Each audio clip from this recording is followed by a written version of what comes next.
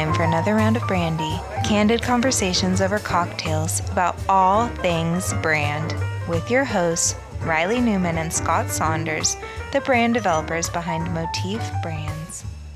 Have you ever considered that your brand may be shouting or that it might be whispering? Or it's somewhere in between?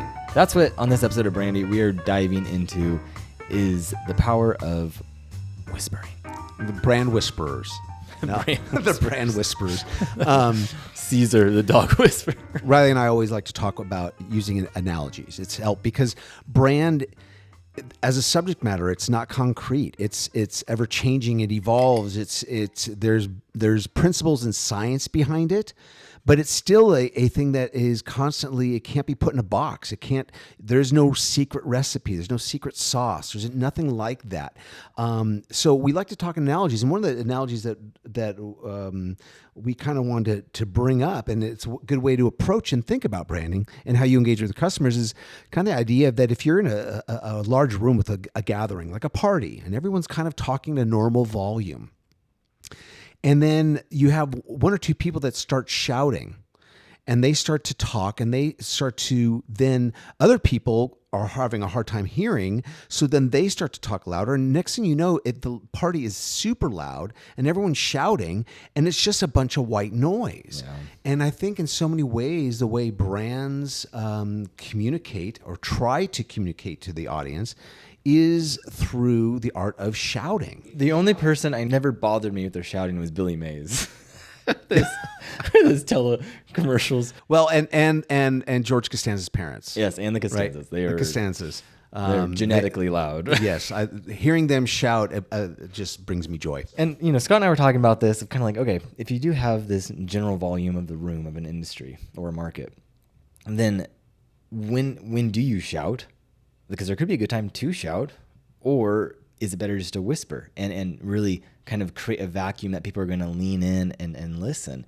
And really, I think with the internet, you did have this huge uproar of you got to grab the attention. You need to go after the attention because the internet is so massive. It's a new frontier. You can start a business and just be out there and now start banging that drum and hitting the pavement to get attention. Yeah, Facebook, social media ads, pop-up ads.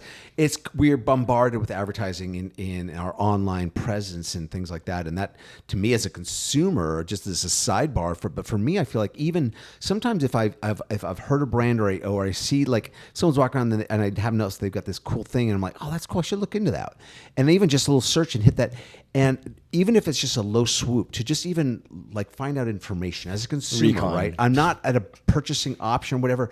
And I guarantee I'm going to be bombarded with ads for that brand or that product or service in my Instagram and Facebook and online. It's like it just knows, and it's trying to supersell to the point that sometimes it almost is a turnoff. It's almost like I wish I hadn't even considered your brand because you won't leave me alone now. Right. So like what Scott's talking about, like when you have this attention game where it's like, okay, they gave us a little bit of attention. Now we're going to grab onto it and start sending them, through Facebook, drop cookies so we can track him, go see he's going to do this, and then see if he's abandoned his cart or whatever it is, right? So they're tracking all this information. It's influencer reels in my store, Yeah, and it's great because it's data, but like we talk about and we've written about is like humans aren't data. Data is ones and zeros because that's how computers talk. Humans are not ones and zeros. They're not binary. We are irrational and we are free flowing. Emotional. Yeah, you can't put ones and zeros to emotions. And so when you do look at going, okay, these industries have been pushed to focus on attention, to then if someone shows any interest, you lock in on them and you just keep like get all the data and really just try to optimize all that. And it's all about optimizing ads and performance marketing is what they call it. And recently they're starting to realize that performance marketing is actually causing a lot of errors with what you call like attributions. So they may go, oh, Scott he clicked on that one ad. Now we can attribute his sale to that one ad. And then they're going to dump more money into that ad. That's only going to then really victimize more people like Scott and start bombarding them with more ads. The poor guy has to buy it.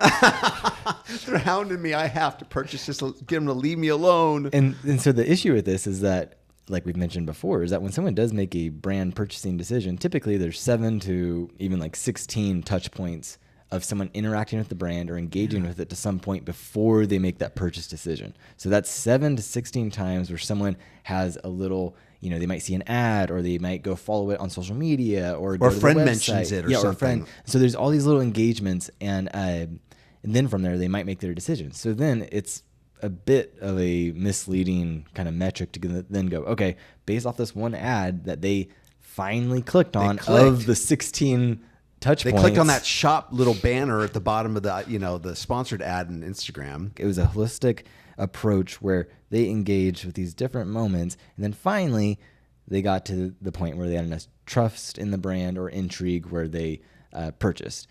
And so that's where performance marketing, which is birthed from the internet, because you have access to Excel spreadsheets, data, and all of that, and brand. You've had this fight for a very long time. And now it's starting to come out that brand may still be the prevailing factor of, no, those 16 touch points have built brand equity in their mind and help create the brand to be top of mind. Then they make their purchase decision. It doesn't matter the route they take. They still made a purchase. Yeah. And it's not so much just, another form of shouting is when it's, again, we've talked about this, kind of following the herd, right? Doing what everyone else is doing, because that's a safe bet as a business, right? If you're going to be spending money in advertising or marketing and stuff. And so an example for me of another example of brand shouting is when they're all doing the same thing. And something comes to mind is like the insurance company commercials. Yeah. Whether it's Geico, Liberty. Is that the one with the yellow with the emu? Liberty Mutual, I think. Yeah, and there's another one that has the emu is, I don't know, if they're like the brand, the police or something. It's the weirdest commercial. I don't get it. Even Havoc or Chaos. Is it Chaos? Chaos, I think. Yeah. Like they're quirky, they're selling insurance, I get it. And they say they all boast we have the lowest rates, right? Yeah. Blah, blah, blah, blah, blah, blah. None of them are actually giving hard data to sell you on that. So then they get all these, okay, we have to have memorable commercials. So whether it's a little, gecko, or whether it's an emu, or whatever it is, right? Or it's funny personalities, they're entertaining, but they all are trying to do the same thing. Yeah. And to me, that's the same thing of everyone shouting. If you're at a party and no one's shouting, and the first person that shouts says, I want to be heard, hear me out. And the next person's shouting because, no, I want to be heard. Yeah. And they're all shouting, and they're all fighting and scrambling over each other, trying to get your attention, trying to get your consumerism. And that, to me, is another form of a brand shouting. Right. And the unfortunate thing about it is that, let's say you have a normal noise level in a room, right, in your market space. Then someone shouts. And like Scott was saying, everyone sees, oh, that person got a lot of attention. They got sales from that shouting, and they got, they're being loud over there. I need to do that too. And then everyone starts doing that little by little. And the unfortunate thing about this is that these companies, Meta, LinkedIn, Google, they're engineered to make everyone think that they can be just like that first person who first started shouting. So yeah, you too could be a YouTube influencer. Just keep posting videos, right? Because they want everyone posting videos. They want everyone doing ads, because at the end of the day, they're the ones who are bidding up the ad price. So they're making more money from everyone trying to be loud. And so then the almost guerrilla marketing style is to then, be contrarian to that and whisper. And that's going to create a vacuum where it's not only more intimate and you're actually connecting with people on a very human level, but it's actually going to draw more of that interest versus just getting general broadcasting attention. You're pushing the interest level. And that's what's going to really draw people in, because then it's like, okay, what are they talking about? How do I learn more? And it's just like when you're having that serious conversation where you can feel kind of just like the almost like the atmosphere drop in the room, where it's not the attention focusing, because the attention's already there. It's the interest that's going, and it's zooming in and just kind of really harnessing. And you start to I think when you get down to that level of whispering, you're in that figurative, right, connection or style is it's more about them. It's less about you. Shouters, brands that shout are the ones that's all about them. Right. It's just their products and services. Boom, boom, boom. Sale, sale, sale, or whatever. Lowest prices.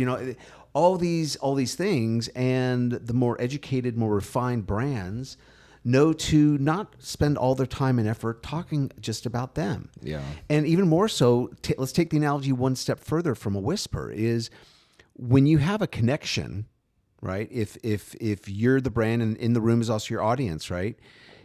it's like two people, like it's across the room in a crowded space, and just a nod, a wink, a gesture, an raised eyebrow, a look, right, makes that silent, nonverbal, right, communication that we have something in common. We get it, right? So when a brand, and we've talked about this before, when you as a brand aren't always focused on yourself and not always focused on the consumer, but you're also focused on something that you and the consumer have in common. It could be a cause, it could be an interest, it could be something like that. When you do that, you don't have to shout. You don't have to whisper. You don't even have to communicate your products or services. The communication is like a nod. Reminds me of, for instance, where Van Shoes can host a Warped Tour of bands, and all of their main core audience is going to be at this venue, and Vans isn't in there, next to the music artist's swag booth where they're selling their shirts and CDs and things like that, or vinyl, I should say, not CDs anymore, vinyl. They're not there with a booth selling shoes, right, or sweatshirts or skatewear.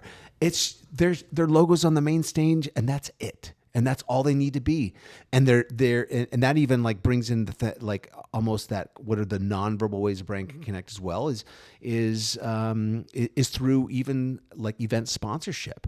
I'm not saying that that's wise choice for everybody to make, but when you go to a venue, if your audience is whether it's a rodeo, whether it is a professional basketball game, whether it is the small town little league game, right, where you have local businesses sponsor, and they have their logo on a banner out in the outfield, right? Like, to me, those are the things that help. It's another way the brand is saying, "Hey, I'm here, but it's not about me." Yeah. Right. Yeah. I'm not trying to distract you. I'm not trying to gain your attention, but I'm here. And guess what? We're both here, and we love baseball, or we love this nonprofit organization in your local area, in your county, or in your town, right? Finding ways to connect locally in that way, where, even for a small business, right? Even if you're not, if you're a small business, but you're just online anyway, finding ways to, again, it's less advertising. It's more of finding ways to signal to the audience in some common ground that you have with the audience. Yeah, and it's much more relational. And that's what Nate Silver writes about in the Signal and the Noise, or Signal from the Noise. And that's all about everywhere, in every market, and with everything, there's always noise. There's a noise level. And just like with like the radio, right? There's plenty of noise. And then you dial in until you find the signal, and it latches on, and then it's crystal clear. And like what Scott's saying is, like, even on like sponsoring a little league game, it's like you're hyper localizing and showing through relational, very close knit, close proximity marketing, is like you're showing support for something. So when someone sees that and they're at the game, maybe their kids playing, and they're going, oh wow, XYZ brand supports this, and oh, my kid's out there. So there's like now this foot in the door like association of going, oh wow, they support what I support. There's this immediate kind of bond, rather than just giant broadcast of and campaigns can do that on a massive scale, but it comes down to that if everyone's shouting, then nothing's getting through. There's too much noise. Yeah. I guess it's more, to me, it's like when I think of the shouting, it's like, yes, of course, you're in the reason a business exists is to sell whatever it is selling, right? It's selling something. But I think there's times, like Reilly said at the beginning, there's times to sell and peddle in a salesman way your good, whether it's a service or a product. And there's times when you shouldn't. There's times when not. And I think so. Another way of thinking about the shouting is that if that's all you're doing is just trying to peddle your wares like a door-to-door salesman, we're too smart of a consumer now. And so really it's finding ways to signal to your audience in a non-sales way. And other ways you can do that to support your brand, because we're all about, like you mentioned, 16 touch points, right? Or all the little touch points prior to that sale. So there's examples of another example I feel like is shouting is when brands get heavily invested in promotional merchandise. Frisbees and pins. Their logo on frisbees, their logo on pens, their logo on keychains, their logo on, and they're and everywhere, almost bombarding the consumer with either free swag in their purchase bag or take one, whatever it is, and it's like and it's almost the point that it gets overkill. And then there's ways that a brand can have a visual touch point without their logo slapped on the tiniest little thing, like a straw.